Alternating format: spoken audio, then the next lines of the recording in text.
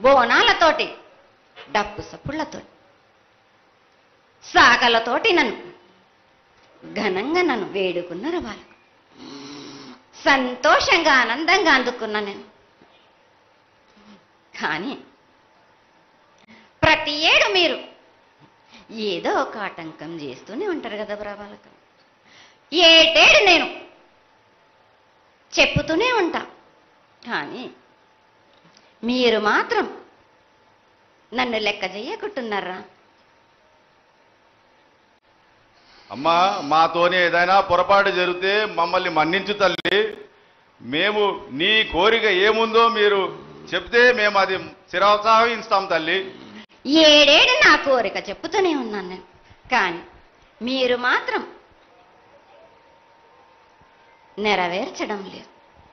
అమ్మా, నిన్ను తల్లిగా భావన చేసి ప్రతి ఏటా ఇన్ని లక్షల మంది, ఇన్ని వేలు లక్షల కొబ్బరికాయలు కొట్టి నీకు కావలసినవన్నీ ప్రత్యక్షంగా పరోక్షంగా అన్నీ నీకు సమర్పించి ఎంతో ఘనంగా ఈ యొక్క జాతరని నువ్వు మా తల్లివని అన్ని కులాల వాళ్ళు, జాతుల వాళ్ళు, మతాల వాళ్ళు ఎంతో తృప్తిగా చేస్తూ ఉంటే ప్రతి సంవత్సరం నువ్వు ఏదో ఒక కొరత కొట్టి గిడ్డల్ని ఎందుకు తల్లి బాధిస్తావు?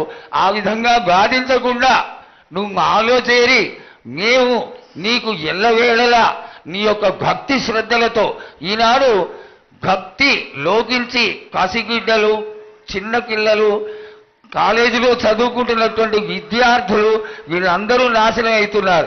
వీళ్ళందరినీ నువ్వు చల్లటి చూపుతో చూసి వాళ్ళందరినీ ఆశీర్వదిస్తావని, ఆశీర్వదించడానికి ఏం పూజలు చేయాలో చెక్కు తల్లి, వాటిని తప్పకుండా చేసుకుంటావు. నా బిడ్డలనందరినీ నేను కడుపులో పెట్టి నేను కాపాడుకుంటున్నాను బాలక్క. కానీ తల్లిదండ్రులే కాదు, బాలలందరినీ విచ్చలవిడిగా మీరు వదిలేస్తున్నారు. అయినా కానీ నేను మాత్రం కడుపులో పెట్టుకొని కాపాడుకుంటూ వస్తున్నాను.